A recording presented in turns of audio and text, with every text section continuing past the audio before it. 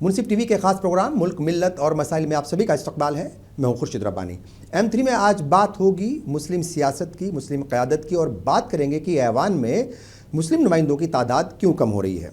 लोकसभा 2024 के रिजल्ट्स की अगर हम बात करें तो महज 24 मुस्लिम नुमाइंदे ही जीत कर पार्लियामेंट पहुँचे हैं और राज्यसभा में ये तादाद सिर्फ 18 की है आज की डेट में।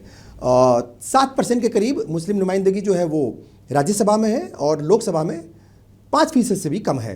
तो क्यों ये तादाद घट रही है, इसमें किन पार्टियों का रोल है, सियासत एक तरफ जो है वो इस तरह की सियासत ने करवट क्यों ली। साथ ही हम ये भी जानने की कोशिश करेंगे कि मरकज़ी हुकूमत जो है उसमें एक भी मुस्लिम वज़ीर क्यों नहीं है। और भी बहुत सारे इशूज़ हैं, अलग अलग सूबों की जो असेंबलीज़ हैं उनमें भी तादाद कम हो रही है, उस पर भी हम बात करेंगे। और क्या कांग्रेस का भी मुसलमानों को लेकर, मुस्लिम क़यादत को, मुस्लिम सियासत को लेकर के रवैया और रुख बदला है, इस पर भी हम बात करेंगे। कई खास मेहमान मेरे साथ जुड़ चुके हैं। डॉक्टर मेराज हुसैन साहब हमारे साथ हैं, कांग्रेस के लीडर हैं, आपका इस्तकबाल है। इनके अलावा डॉक्टर मुमताज़ आलम रिजवी साहब हमारे साथ हैं, आप जाने माने पॉलिटिकल एनालिस्ट हैं, आपका भी इस्तकबाल करते हैं। जाने माने सहाफ़ी वसीम अकरम त्यागी साहब भी हमारे साथ जुड़ चुके हैं, आपका भी इस्तकबाल है। और इन सब के अलावा राघवेंद्र सिंह जी हैं बीजेपी से, मैं आपका भी इस्तकबाल करता हूँ। पहला सवाल वसीम अकरम त्यागी साहब आप ही से, किस तरीके से आप देखते हैं, देखिए अलग अलग वक्त पर ये मतलब जो है इस तरह की शिकायत मुस्लिम तबके की तरफ से आती है, और जब बात लोकसभा की होती है, राज्यसभा की होती है, तो लोकसभा में जैसे मैंने अभी जिक्र किया 5% से भी कम नुमाइंदगी है लोकसभा में, और तकरीबन 7% के आसपास जो है वो नुमाइंदगी है राज्यसभा में।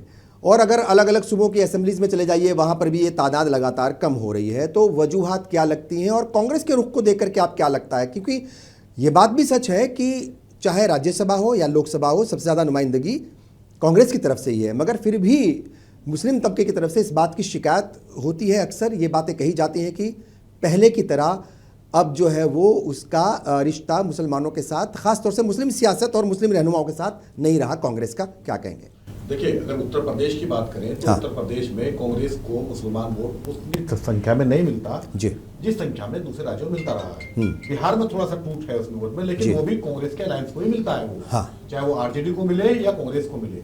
लेकिन इसके अलावा बाकी पूरे राज्यों, पूरे देश में जहां भी कांग्रेस लड़ती है चुनाव, वहां उसे एक मुश्त वोट कांग्रेस को मिलता है मुसलमानों का। लेकिन इसके बावजूद दिल्ली में चेंज हुआ है, दिल्ली में चेंज हुआ है, लेकिन इस बार वोट मिला है कांग्रेस को। इस बार कांग्रेस विधानसभा के चुनाव में कांग्रेस को वोट मिला।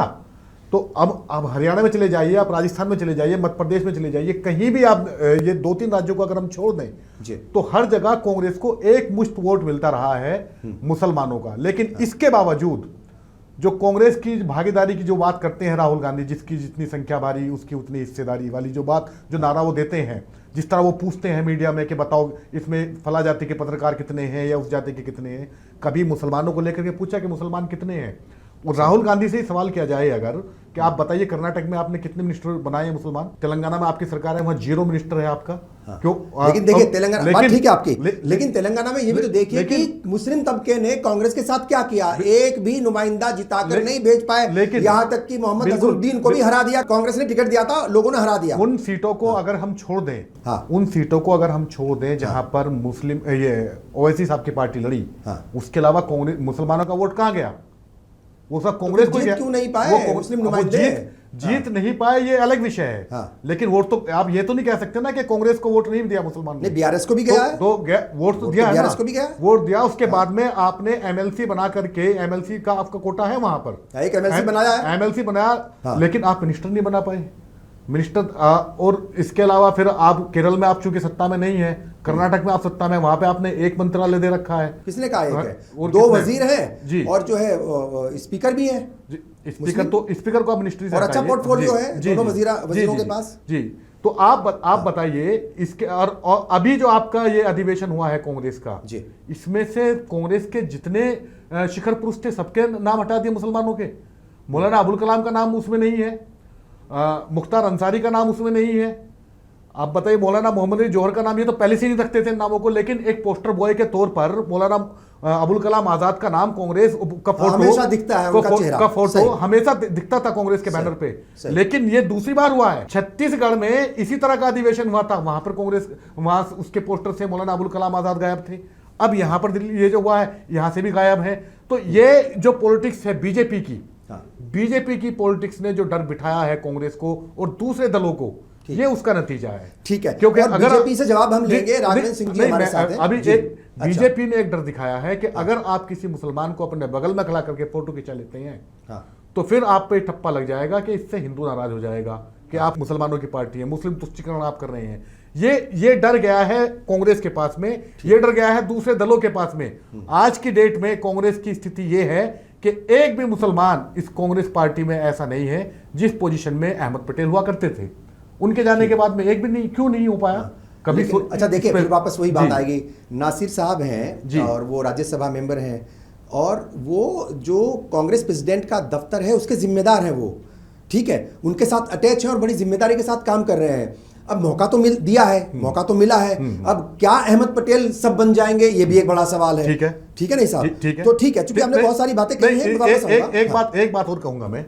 देखिए, हिमाचल प्रदेश में कांग्रेस की सरकार है। आप फर्क नहीं महसूस कर पाएंगे कि कांग्रेस की सरकार में मुसलमानों की क्या स्थिति थी हिमाचल में और बीजेपी की सरकार में क्या स्थिति थी। और ये आप देखिए, पिछले 2 सालों का आप रिकॉर्ड उठाइए कांग्रेस की सरकार का, हिमाचल प्रदेश का, और पिछले 5 साल का उठा लीजिएगा भाजपा की सरकार का। ठीक है, मुसलमानों के खिलाफ वहां हिंसा की घटनाएं 0 थी।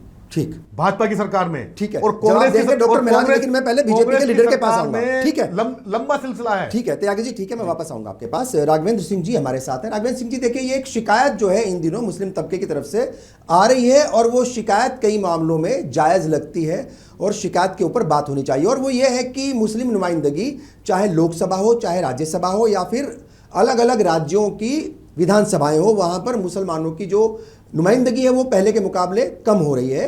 एक बड़ी शिकायत यह है कि आज़ादी के बाद पहली बार ऐसा हुआ है कि मरकजी हुकूमत में एक भी मुस्लिम वजीर नहीं है, यहाँ तक कि मिनिस्टर ऑफ स्टेट भी नहीं है। ठीक है साहब, मतलब कोई वजीर ही नहीं है मुस्लिम। तो ये क्या वजह है? क्या बीजेपी का जो डर है, जो बीजेपी डर दिखाती है कि अगर, जैसे अभी त्यागी जी कह रहे थे कि अगर किसी मुस्लिम लीडर को या किसी मुस्लिम नुमाइंदे को या मुस्लिम समाज के किसी आदमी के साथ, दाढ़ी टोपी वाले के साथ तस्वीर खिंचवा लेंगे, फोटो खिंचवा लेंगे, तो मुस्लिम परस्त होने का उसके ऊपर ठप्पा लग जाएगा और उससे नुकसान होगा, जो बहुसंख्यक हैं वो नाराज हो जाएंगे। इस वजह से कांग्रेस भी अब थोड़ी सी, मतलब थोड़ा सा परहेज कर रही है मुस्लिम समाज से, और दूसरी पार्टियां भी वैसा ही कर रही हैं। क्या कहेंगे? इल्जाम बीजेपी के ऊपर है सीधा। देखिए, ऐसा है, इल्जाम तो आप कुछ भी लगाइए जी, लेकिन आपने देखा जब अभी बीच में कोरोना था, तो कोरोना में हमने क्या कोई भेद किया जी, वहां पर ये बात कांग्रेस शुरू करती है। कांग्रेस फासिस्टवादी पार्टी, और हमेशा कांग्रेस देश में मुसलमानों के साथ अच्छा दुर्व्यवहार करती है। ऐसा नहीं है कि कांग्रेस कोई मुस्लिमों के साथ या मुस्लिमों के साथ, ये कांग्रेस का दिखावा रहता है। कांग्रेस हमेशा उनका वोट काम निकालती है, और काम निकालने के बाद कांग्रेस मुस्लिमों के साथ कांग्रेस ने दुर्व्यवहार किया।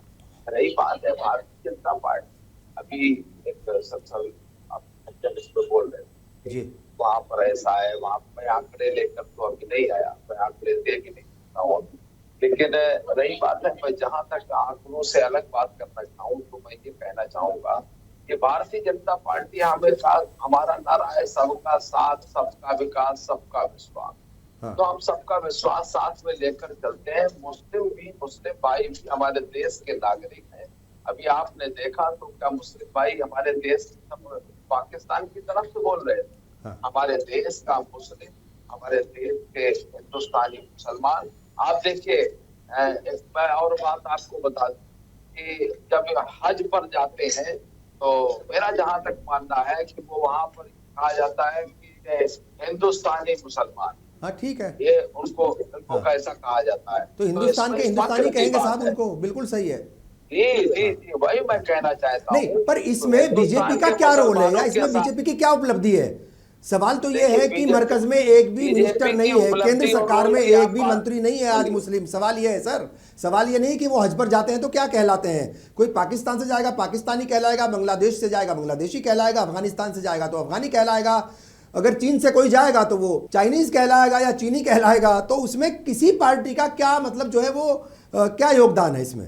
पार्टी का आप योगदान क्या चाहते हैं? पार्टी तो मुस्लिमों के साथ करती है, कोई हिंदुओं के साथ करती है। ऐसा नहीं है कि पार्टी हिंदू और मुसलमान में कोई भेद। ठीक है, पार्टी ने हमेशा उत्तर प्रदेश से लेकर के जहाँ जहाँ हमारी सरकारें हैं सभी जगह पर पार्टी ने पार्टिसिपेट कराया है। वहाँ पर पार्टी में मुस्लिमों को तरजीह दी गई है और पार्टी मुसलमानों के साथ कोई भेदभाव पूर्ण कार्य ठीक करती है। ये ठीक, वापस आऊंगा मैं कुछ और सवालों के साथ आपके पास, और चूंकि डॉक्टर महराज को सबसे बाद में जवाब देना है, पहले हम तीनों मेहमानों को सुन लें क्योंकि कांग्रेस की तरफ से ही है, कांग्रेस के ऊपर भी सवाल ये उठने लगे हैं। और डॉक्टर मुमताज आलम रिजवी साहब हैं, आप पॉलिटिकल एनालिस्ट भी हैं मगर एक पॉलिटिकल पार्टी से भी जुड़े हुए हैं और उस पार्टी से जुड़े हुए हैं जो एनडीए का हिस्सा है। ठीक है साहब, सूबे के अंदर भी और मरकज भी, महाराष्ट्र में भी और दिल्ली में भी। तो क्या कहेंगे, ये जो एक शिकायत है मुस्लिम तबके की कि पहले के मुकाबले ऐवान में उनकी नुमाइंदगी कम हो रही है और इस नुमाइंदगी को कम करने के लिए बीजेपी ने एक अपना रोल अदा किया है और उसी खेल में अब दूसरी सेक्युलर पार्टियां भी फंस रही हैं या उसी में वो मतलब घिर गई हैं उससे, वो क्या कहेंगे आप? मैं पार्टी की तरफ से बिल्कुल नहीं बात करूंगा। ठीक, मैं एज ए जर्नलिस्ट बात करूंगा यहाँ पे, या पॉलिटिकल एनालिस्ट के तौर पे। और चूंकि हमने कांग्रेस को बहुत कवर किया 2006 से अगर आप बात करें जी, तो अभी तक मैंने कांग्रेस को बहुत करीब से देखा है। और 2014 के बाद जो कांग्रेस में तब्दीली हुई है, तब्दीली लाई गई है या आई है, वो भी मैं देख रहा हूँ। खास तौर से जब एंटोनी रिपोर्ट पेश की गई और ये कहा गया कि मुसलमानों की वजह से कांग्रेस हारी, तो वो भी हम सामने रखेंगे। और मैं आपको बताऊं कि मेरी पर्सनल 50 मिनट की राहुल गांधी से मुलाकात है, उसमें मैंने ये सवाल किया था कि ये एंटोनी रिपोर्ट कैसे आई, कैसे आपको लगता है कि मुसलमानों की वजह से आप हार गए? तो उन्होंने कहा कि बात ये नहीं है, एंटोनी रिपोर्ट को गलत पेश किया गया है। दरअसल उसमें ये कहा गया है कि बीजेपी ने मुसलमान का लेबल कांग्रेस पे लगा दिया था, इसलिए कांग्रेस हार गई। मुसलमानों को मोरिदे इल्जाम हम नहीं ठहरा रहे हैं, ये बात तो ये डर आप देखिए, मैं राहुल गांधी की पर्सनल बातचीत बता रहा हूँ, ये कोई इधर उधर की बात नहीं। और ऐसे हाथ में हाथ ले करके मेरी बात हुई है 50 मिनट, सुरजेवाला भी खड़े थे दूर और उनके जो साथी वो भी, और उनके घर की मैं बात कर रहा हूँ। तो मैंने उनको बहुत सारी चीजें कही। खैर, लेकिन अब आ जाइए, आप देखिए 2014 के बाद से एक भी मुस्लिम प्रवक्ता, तर्जुमान आपको कांग्रेस के पोडियम पे बाइसियत तर्जुमान नहीं मिलेगा। बनाए गए, मीम अफजल भी बनाए गए थे और सीनियर में सलमान खुर्शीद भी एज ए तर्जुमान वहां पे रहे। ठीक है, गुलाम नबी आजाद जब थे तब भी उनका सीनियर तर्जुमान में नाम आता था, एक दो नाम और उसमें आए थे, लेकिन पोडियम पे उन्हें अलाउ नहीं किया गया। मैं पूरी जिम्मेदारी से, जब भी सलमान खुर्शीद आते थे या गुलाम नबी आजाद आते थे, मैं थोड़ी सी बैक में जा रहा हूँ, तो वो आते थे पार्टी की मीटिंग ब्रीफ करने के लिए, मीटिंग में क्या हुआ, लेकिन कभी या जहां इंचार्ज अगर किसी सूबे के हैं तो वो बताने के लिए, लेकिन बाइसियत तर्जुमान नहीं बिठाना गया। यहाँ तक कि बाद में जो पैनलिस्ट बनते थे मुस्लिम टीवी चैनलों पे जाने के लिए, उन्हें भी मना कर दिया गया। नदीम जावेद वगैरह ये सब बहुत जाते थे। आप बताइए कब से आपको नजर नहीं आ रहे ये लोग? कहीं आपको दिखाई देते किसी चैनल पे? नहीं नजर आते ना। मैं चूंकि खुद अब जाता हूँ चैनलों पे, मैं खुद देखता हूँ, कहीं कोई नजर नहीं आ रहा है। तो ये अच्छा, अभी आप बताइए, अहमद पटेल की बात आ रही थी, मैं पूरी ईमानदारी से बात कर रहा हूँ। देखिए, अहमद पटेल का एक भी कहीं प्रोग्राम कोई आपने बता दिया बनाया हो कांग्रेस ने किया हो? इतने कद्दावर लीडर थे, कांग्रेस को खड़ा किया 2004 से 2014 तक उन्होंने कांग्रेस को चलाया बहुत मजबूती से। एक भी उनके मरने के बाद एक भी ताजियती अगर जलसा हुआ हो उनके नाम पे तो हमें बता दीजिए। एक आर्टिकल अगर किसी कांग्रेसी ने लिखा हो तो मुझे दिखा दीजिएगा खुर्शीद रब्बानी साहब, और आ जाइए। जितने बड़े लीडर कांग्रेस के रहे, उनके बच्चे कहीं ना कहीं एडजस्ट किए गए, कहीं ना कहीं उनको लाया गया। नई नस्ल में आप सचिन पायलट हो या और इस कबील के, चाहे आसाम के हो, चाहे जो भी हैं, आप सबको देख ली। अहमद पटेल की बेटी और बेटे कहाँ हैं आज? कौन उन्हें पूछ रहा है? कौन उनसे बात कर रहा है? मुझे एग्जैक्ट तो मैं नहीं कह सकता कि उनकी जिम्मेदारी क्या है बेटी की, लेकिन वो कांग्रेस में एक्टिव तो हैं, कांग्रेस के दफ्तर में भी अक्सर नजर वो आती है, क्योंकि मैं एग्जैक्ट नहीं बता सकता कि उनकी अभी मतलब उनका ओहदा क्या है। रब्बानी साहब, एक्टिव तो आप भी हो जाइए, ट्वीट करने लगिए कांग्रेस के लिए। एक्टिव से क्या, एक्टिव तो नहीं, अभी तो मुझे सहाफत ही करने थे। दीजिए कुछ दिन और। भाई एक्टिव से नहीं, अरे हाँ। मैं कह रहा हूँ कि ठीक है। एक्टिव होने से क्या होता है, ठीक है, बिला बेगाने की शादी में आपका जो अब्दुल्ला दर्द है या दुआना, जो आपकी शिकायत है वो जायज है तो कि जिस तरीके से उनके साथ जो व्यवहार होना चाहिए था या जो उनके साथ उनको भाई जिम्मेदारियां देनी कद्दावर चाहिए थी वो लीडर नहीं थे दी ना। गई। ठीक है, हाँ, बिल्कुल अच्छा ठीक। अब तो हाँ, ये बात हो गई। और आ जाइए, देखिए मैं आपको जी। बता रहा हूँ कि कैसे कांग्रेस बहुत अलग थलग। हाँ। अब्दुल समद का नॉवेल दो गज जमीन है, उसे आप पढ़ लीजिए, वहां आपको ठीक। पता चलेगा कि कांग्रेस की कोई नई पॉलिसी नहीं है, सिर्फ कांग्रेस हमेशा एक टोपी वाले का इस्तेमाल करती रही है। मैं बहुत जिम्मेदारी से बात देखिए, कर रहा हूँ। बड़ी जिम्मेदारी के साथ, हालांकि यहाँ पर कांग्रेस प्रवक्ता बैठे हुए हैं, या मतलब ये रखेंगे कांग्रेस की तरफ से बात, मगर बड़ी जिम्मेदारी के साथ तो मैं आज की बात अगर करूं तो इस बार बीएसपी के बाद सबसे ज्यादा टिकट देने वाली कांग्रेस पार्टी और सबसे ज्यादा जीतने वाले भी कांग्रेस की तरफ से ही हैं। चाहे लोकसभा की बात कर लें, राज्यसभा में भी कांग्रेस की तरफ से ही नुमाइंदगी है इस वक्त सबसे ज्यादा। तो बात ठीक है, शिकवे शिकायतों के बावजूद भी नुमाइंदगी अगर कहीं मिलती है तो वो ये भी सच्चाई है कि वो कांग्रेस की तरफ से ही ज्यादा मिलती है। डॉक्टर महराज भी हैं और तमाम मेहमानों को इन्होंने सुना, और थोड़ा सा जो है मतलब एक शिकायत का माहौल है कांग्रेस के लिए। अभी पिछले दिनों लीगल सेल का एक बड़ा प्रोग्राम था, तो बहुत सारी पोस्ट हमने देखी, बहुत सारे मतलब जो है वो लोगों के बयान भी आए और तासुरात भी उन्होंने पेश किए सोशल मीडिया के जरिए। और मोटे मोटे तौर पर शिकायत यही थी कि जो बैनर था उसमें किसी मुस्लिम नुमाइंदे को जगह नहीं थी बैनर पर, मतलब यानी पोस्टर में, बैनर में कहीं कोई जगह नहीं थी, और स्टेज पर भी एक आध ही मुस्लिम लीडर नजर आया। तो ये क्या वजह है, मुस्लिम के साथ कांग्रेस का ये रवैया क्या है, कीप डिस्टेंस वाली पॉलिटिक्स मुसलमानों के साथ कांग्रेस क्यों अपना रही है? देखिए, ऐसा लग रहा है मुझे जी कि जो मजबूत घटक दल हैं या जिनके साथ लोग आज जो सत्ता में जी। हैं, उनसे सवाल पूछने के बजाय मीडिया सारे सवाल और सारे गुनाह जो है वो कांग्रेस के हिस्से में लिख चुकी है जी। और आप अगर इस बात को समझें कि जैसे आपने सबसे पहले हम शुरू कर दें मुमताज़ भाई की बात से कि उन्होंने कहा अहमद पटेल साहब के लिए कोई ताज़ियती प्रोग्राम नहीं हुआ। मुझे मिल लें, मैं उनको करेक्ट कर देता हूँ। केरल में ताज़ियती प्रोग्राम हुआ, बड़ा ताज़ियती प्रोग्राम हुआ। महाराष्ट्र के अंदर बड़ा ताज़ियती प्रोग्राम एमपीसीसी ने रखा। उसके बाद कश्मीर के अंदर बड़ा ताज़ियती प्रोग्राम हुआ। आर्टिकल्स की बात करें तो मैंने खुद नवभारत टाइम्स में अहमद पटेल साहब के इंतकाल के बाद उन पर एक आर्टिकल लिखा था, जो मैंने मैडम गांधी को भेजा था और उन्होंने उस पर बहुत खुशी जाहिर की थी कि बहुत अच्छा आर्टिकल आपने लिखा है। तो देखिए, ऐसा है कि जो चीज़ आपकी नज़र से नहीं गुजरी वो अंधेरा है, ये नहीं माना जा सकता। अब दूसरी बात आपकी आ जाए कि भाई बीजेपी के प्रवक्ता यहाँ बैठे हैं, आप बीजेपी को बताइए कि पूरे लोकसभा में और उत्तर प्रदेश सबसे बड़ा सूबा है, उसके विधानसभा में क्या एक भी टिकट बीजेपी ने किसी मुसलमान को दिया है? और अगर नहीं दिया है तो फिर आप हमारे गिरहबान में झांक के मुसलमानों की नुमाइंदगी का सवाल पूछने की हैसियत ही नहीं रखते हमसे, क्योंकि जब आप खुद टिकट नहीं दे रहे हैं, आप खुद पॉलिटिकल भागीदारी नहीं दे रहे हैं, तो कैसे आप सवाल कर सकते हैं कि कांग्रेस पॉलिटिकल भागीदारी दे रही है या नहीं दे रही है? दूसरी बात, जब हम सत्ता में थे तो एक मिनिस्टर नहीं, कई मिनिस्टर मुसलमान हुआ करते थे इसी सत्ता में। जब हम 2009 और 2004 की हुकूमतों को आप उठा के देखें, और वो ऐसे मुसलमान नहीं होते थे कि उनके पास पावर ना हो। मैं बीजेपी के मिनिस्टर्स की भी बात करूं, जो बीजेपी में पहले मिनिस्टर बनाए गए एक दो मुसलमान, उनसे आप अगर कमरे में मिल लेते तो वो ये कहते कि भाई मेरे पास कोई ताकत नहीं है, बस मैं बना दिया गया हूं एक शोपीस की तरह। तो हम शोपीस मुसलमान नहीं बनाते, हम जिसको बनाते हैं उसको ताकत देते हैं काम करने की और चेंज लाने की। मैं गुलाम नबी साहब की बात करूं, गुलाम नबी साहब हेल्थ मिनिस्टर थे, आपको याद होगा। के रहमान साहब माइनॉरिटी के मिनिस्टर थे, तमाम थे। अब आप आ जाइए इस पर कि आपने कहा कि फोटो नहीं लगी।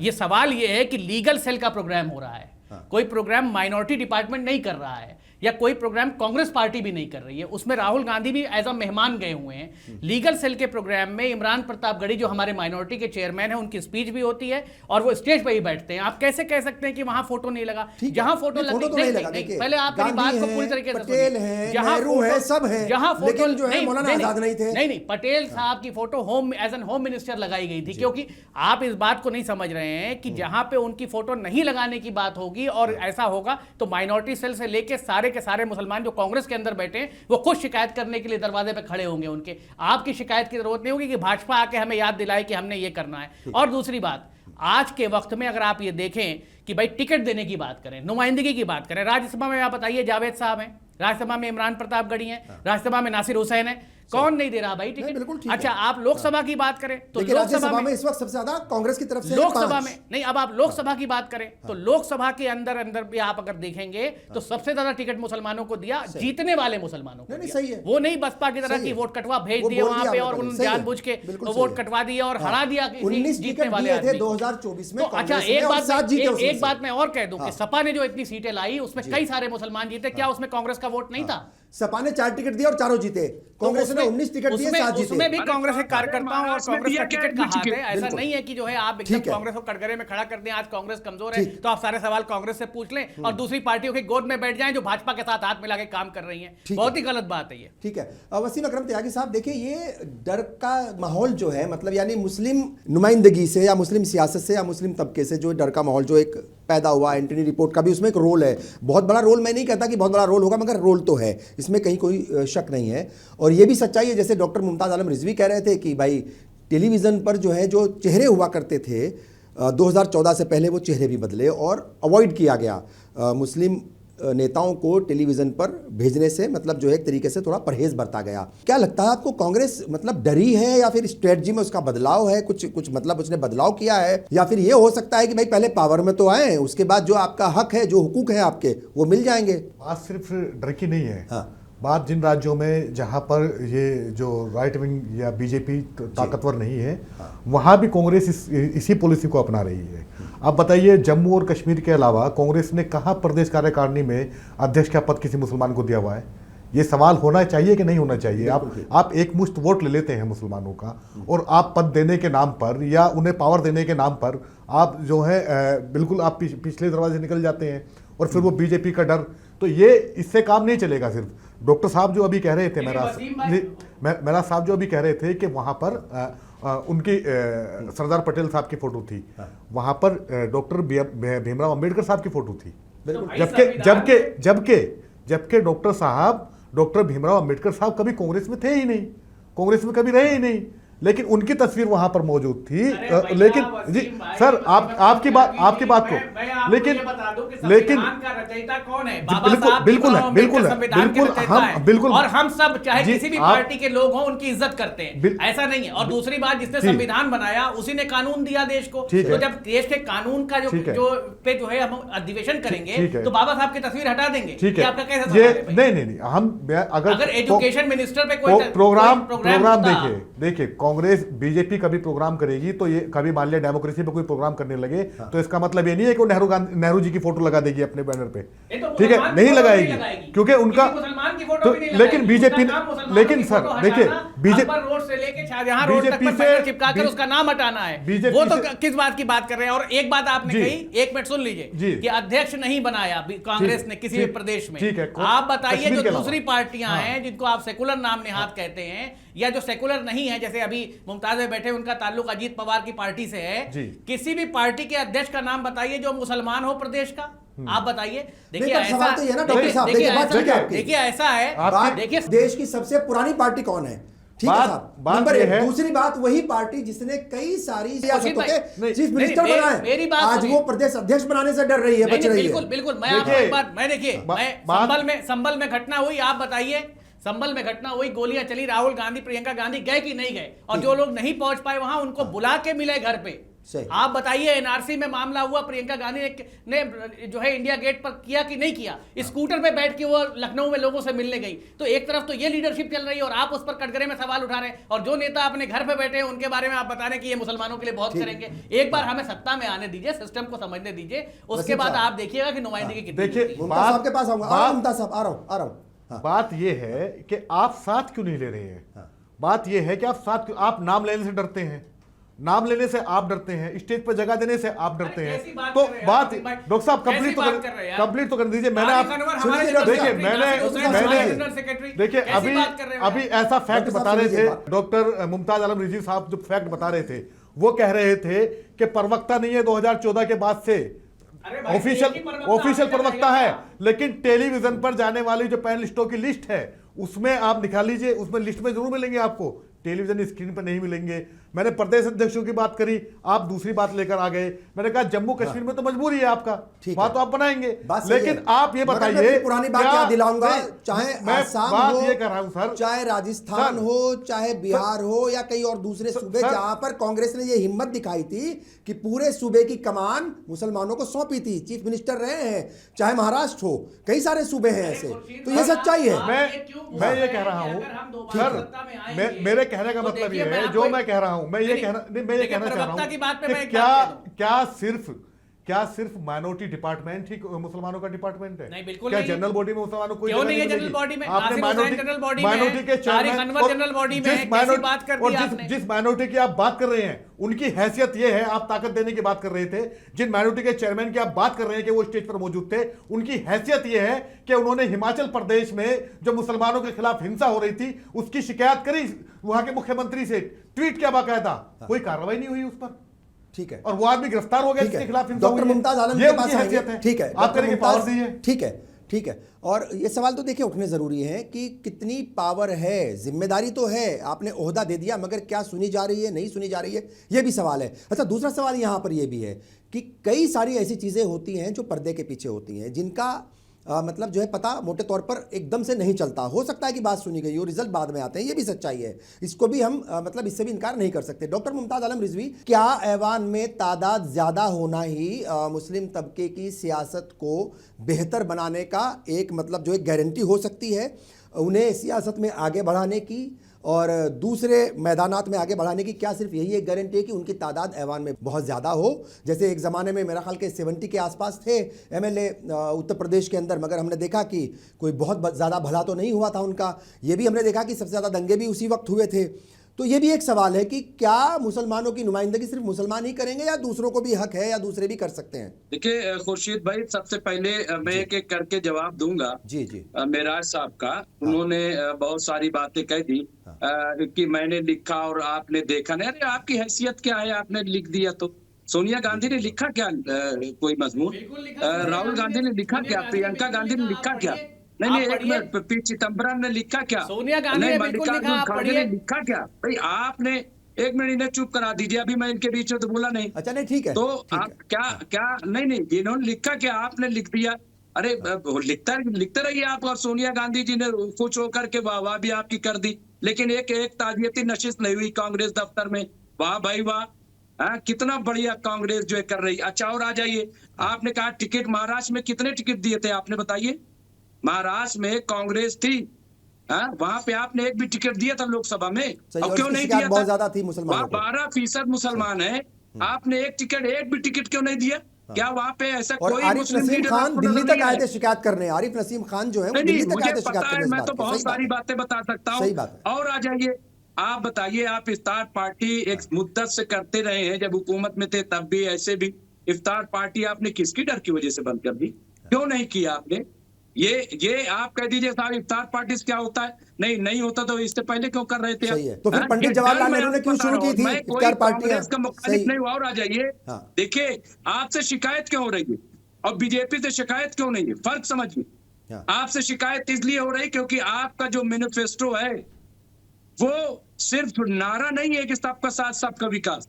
आपका मैनिफेस्टो जो है शुरू से सेकुलरिज्म बेस्ड है, उसमें सबको लेके चलने की बात कही गई है।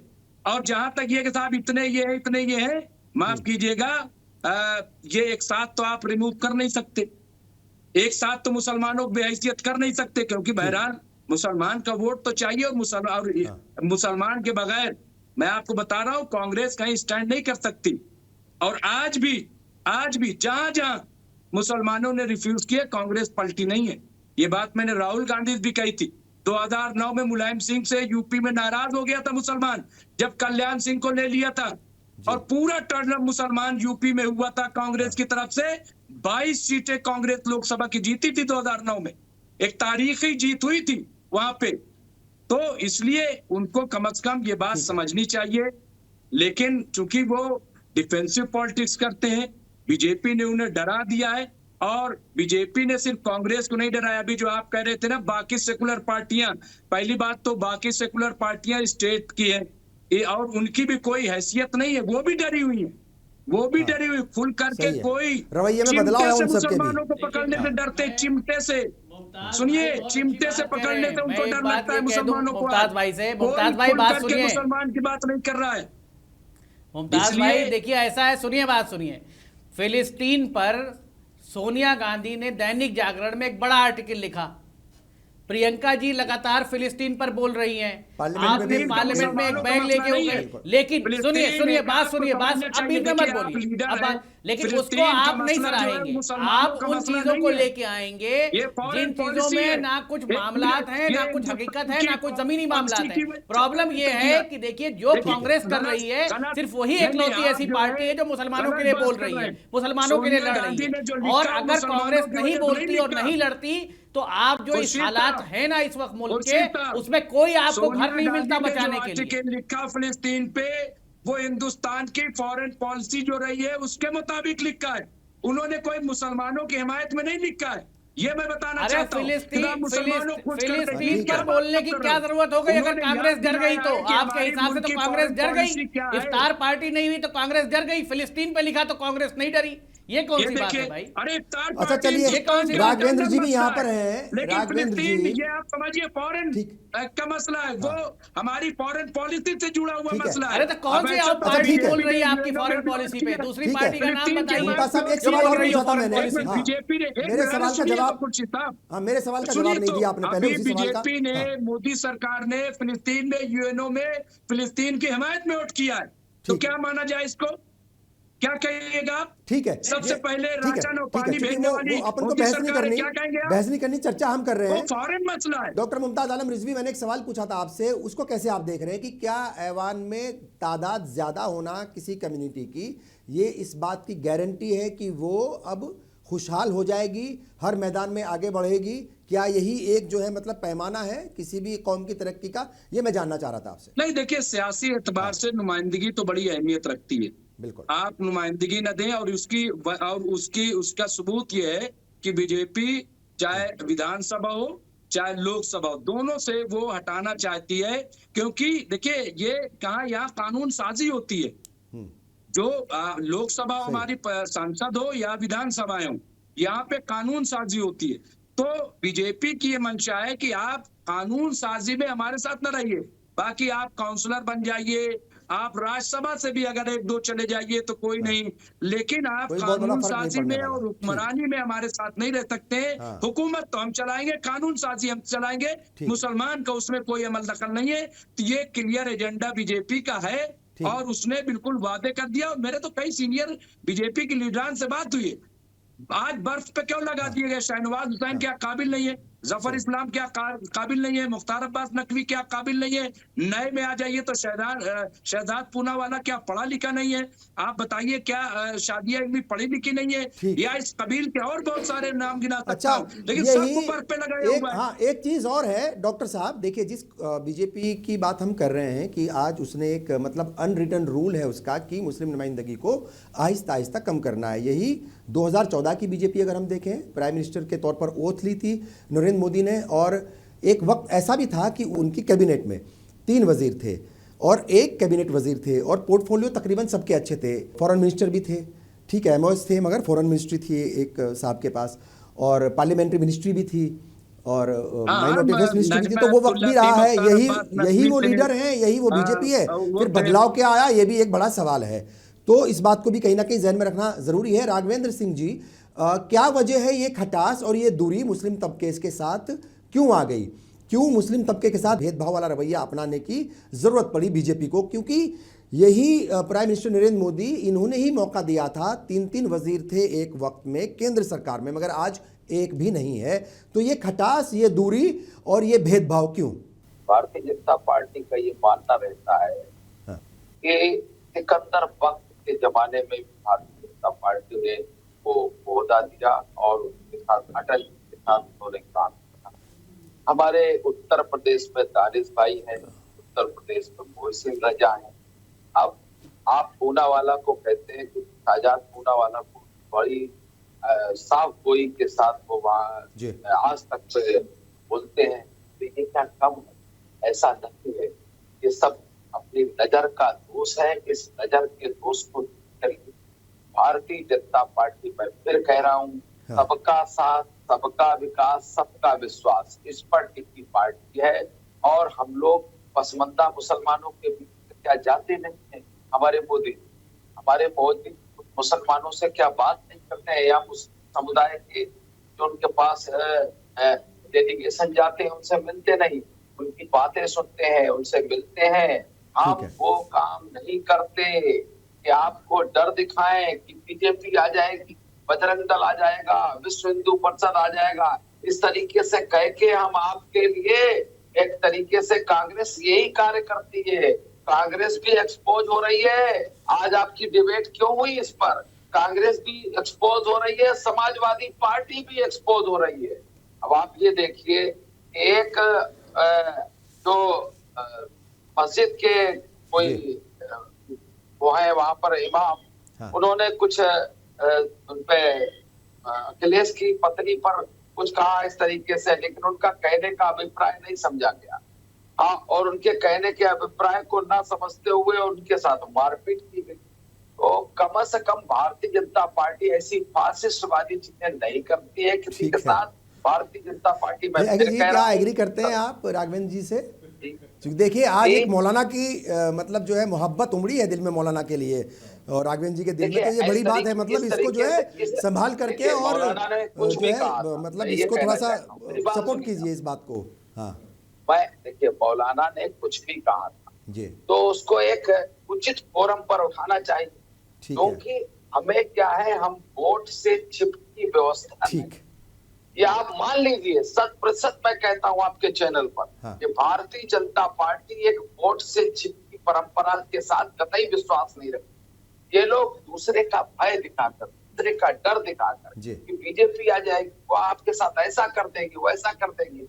सबसे ज्यादा अगर सुरक्षित मुसलमान है तो भारतीय जनता पार्टी के शासन में है, और भारतीय जनता पार्टी के शासन में जितना सुरक्षित हिंदुस्तान में, भारत में मुसलमान है, आप किसी दूसरे देश में देखिए मुसलमानों की स्थिति क्या है, किस तरीके से काट मार है, किस तरीके से उनमें भेदभाव किया जाता है, किस तरीके से उनको कुदृष्टि से भी देखा जाता है। ऐसे भी कुछ देश हमारे यहाँ कम से कम मोदी जी के राज्य में इस तरीके देखिए अपना मुल्क तो बेहतरीन है, इसमें तो कहीं कोई दो राय नहीं है, मगर मुसलमानों के साथ ऐसा रवैया मुझे नहीं पता कौन से मुल्क में हो रहा है। खैर, वसीम अकरम त्यागी साहब क्या कहेंगे? देखिए ये शिकवे शिकायतें अपनी जगह हैं, इन पर हमने चर्चा की, और बात ये भी हुई कि भाई कौन सी पार्टी किस तरीके से वो थोड़ा सा दूरी इख्तियार कर रही है मुस्लिम तबके से या मुस्लिम रहनुमाओं से, और बात ये भी हुई कि वजूहात क्या हैं। तमाम मसलों पर हमने बात की, मगर रास्ता तो कोई होगा आगे बढ़ने का।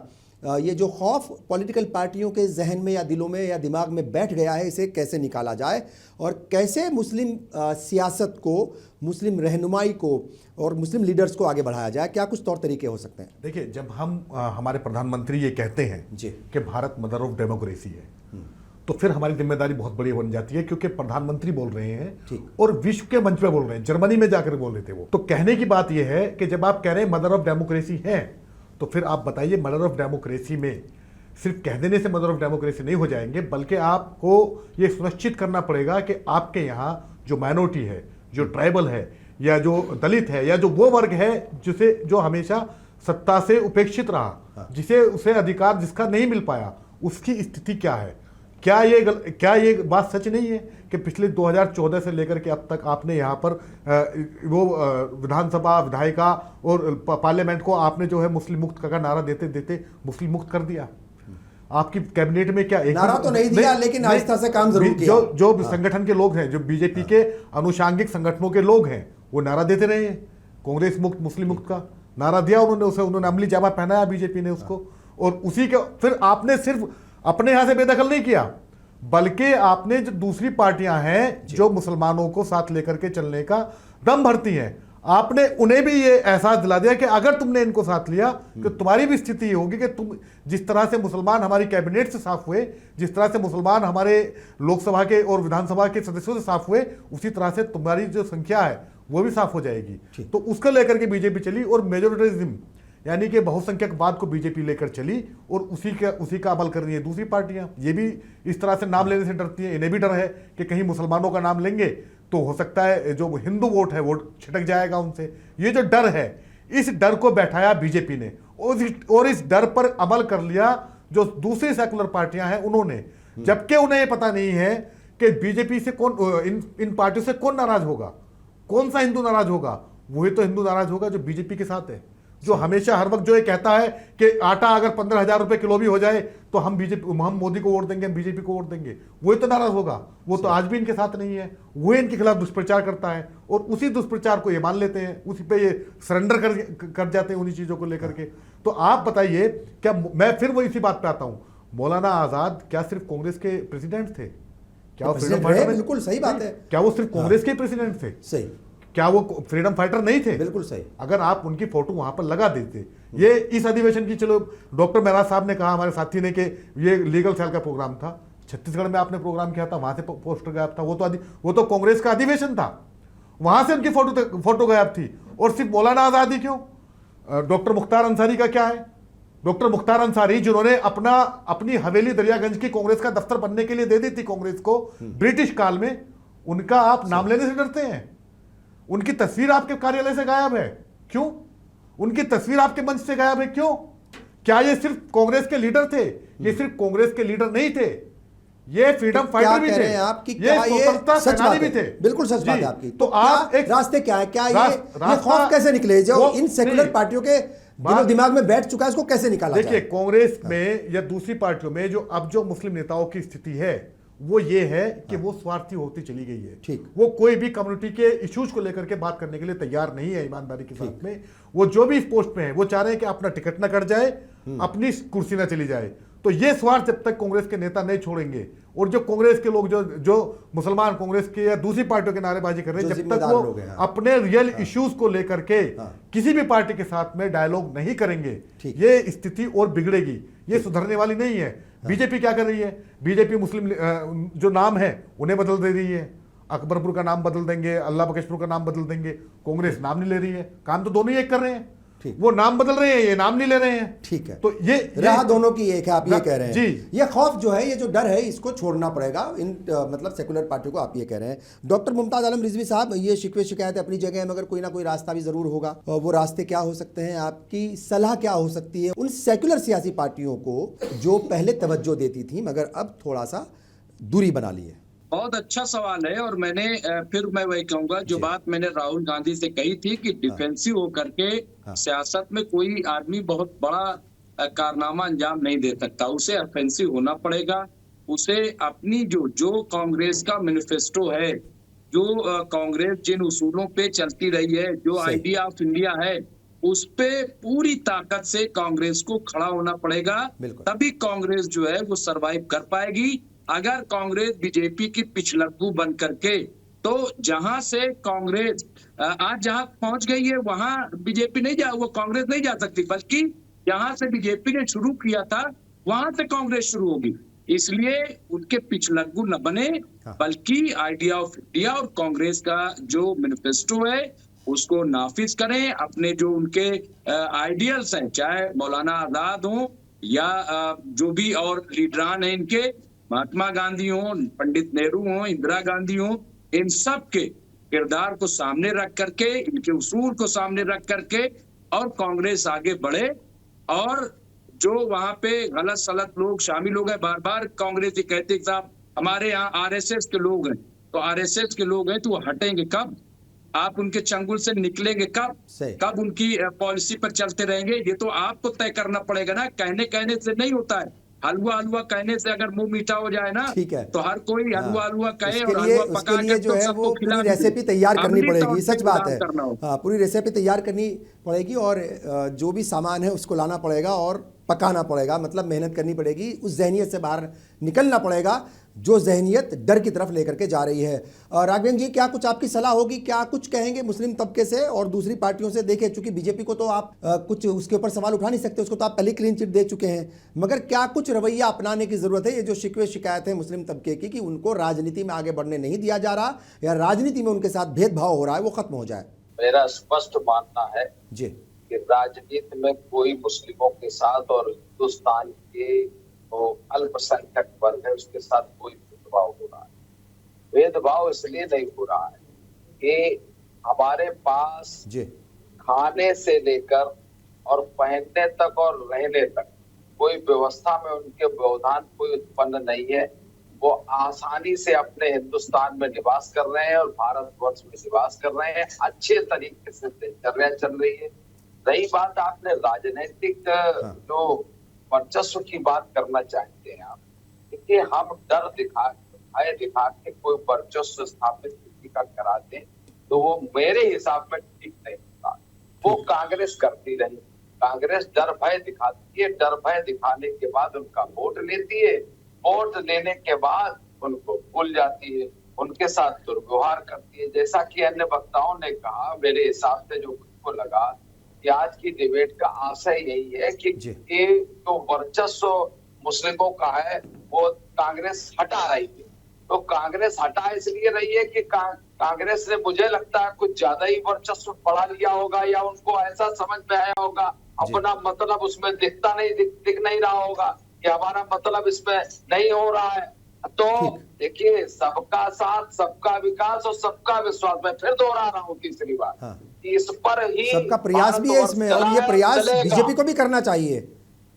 चार बातें हैं, सबका साथ, सबका विकास, सबका प्रयास, बीजेपी कर रही है। और सबका विश्वास कि कौन सा ऐसा देश है, कौन सा ऐसा देश है जिसमें मुस्लिमों की दशा ठीक नहीं है? तो कई देश ऐसे हैं, कई देश ऐसे हैं। तो हम तो अलग है ना साहब, हिंदुस्तान तो अलग है ना उन देशों से। हिंदुस्तान में भारतवर्ष से खराब है।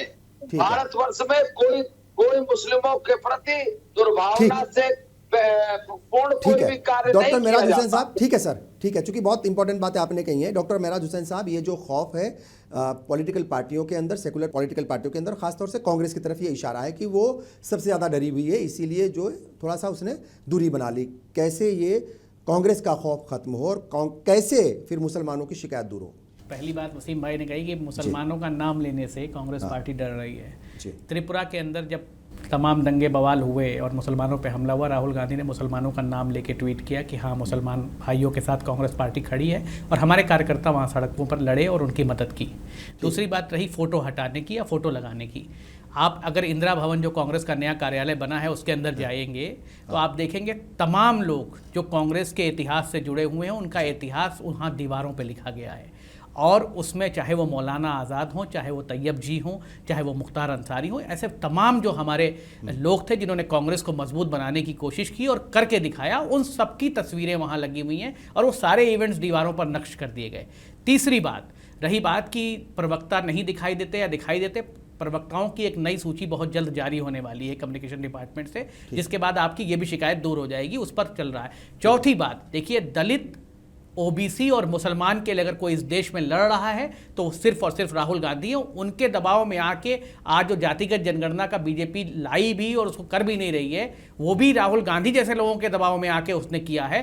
तो ऐसा नहीं है, लगातार शोषितों, वंचितों, दलितों, अल्पसंख्यकों के लिए, मुसलमानों के लिए अगर कोई लड़ रहा है और आवाज़ उठा रहा है तो उसमें सबसे ज़्यादा आवाज़ कांग्रेस पार्टी उठा रही है और राहुल गांधी और प्रियंका गांधी उठा रहे हैं। ये बात अगर आप कहते हैं, आप बताइए किस प्रदेश में दलित जो है वो राष्ट्रीय अध्यक्ष बना दिया गया, किस पार्टी का? भाजपा के अंदर बताइए कितने दलित अध्यक्ष बनाए गए किसी प्रदेश के अंदर? तो रही बात कि देखिए, सिर्फ आप ये समझें कि कांग्रेस सत्ता में नहीं तो सारे सवाल कांग्रेस से ही पूछे जाएंगे, बाकी जो सत्ता में दल बैठे हैं और जो लोग उनकी चाटुकारिता कर रहे हैं उनसे कोई सवाल ना पूछा जाए, तो ये बात मैं बिल्कुल गलत मानता हूं। लेकिन हाँ, बिल्कुल ये बात सही है कि आप जितने भी बेहतर हों उससे भी बेहतर होने की गुंजाइश आपके अंदर होती है और इसकी कोशिश कांग्रेस पार्टी भी कर रही है और हम सब। और सवाल तो उठने चाहिए, सवाल जो है जरूरी नहीं कि वो सत्ता पक्ष से ही उठे, जब वो सवाल वहां से जरूरत पड़ती है तो वहां के लिए भी उठते हैं, जब कांग्रेस या दूसरी पार्टियों के लिए सवालों की जरूरत पड़ती है तो उनसे भी उठने जरूर चाहिए, क्योंकि सवाल जो है वो ताकत देते हैं, सवाल कमजोरी नहीं लाते, सवाल ताकत देते हैं, आपको अच्छा काम करने की प्रेरणा भी देते हैं। बहरहाल मैं तमाम मेहमानों का शुक्रिया अदा करता हूं और इस उम्मीद के साथ कि सियासत में जो लोग खौफ के साथ आगे बढ़ रहे हैं उनका खौफ ज़रूर बाहर निकलेगा और उन्हें निकाल देना चाहिए। और भले ही ये जो नारा है सबका साथ सबका विकास, भले ही ये किसी एक पार्टी का हो या किसी दूसरी विचारधारा का हो, मगर इसको तमाम पॉलिटिकल पार्टियों को अपनाते हुए आगे बढ़ना चाहिए और जिसका जो हक है उसे ज़रूर देना चाहिए। मैं तमाम मेहमानों का एक बार फिर शुक्रिया अदा करता हूँ, तमाम नाजरीन का भी शुक्रिया। फिलहाल मुझे और पूरी टीम को दीजिए इजाज़त। आदाब।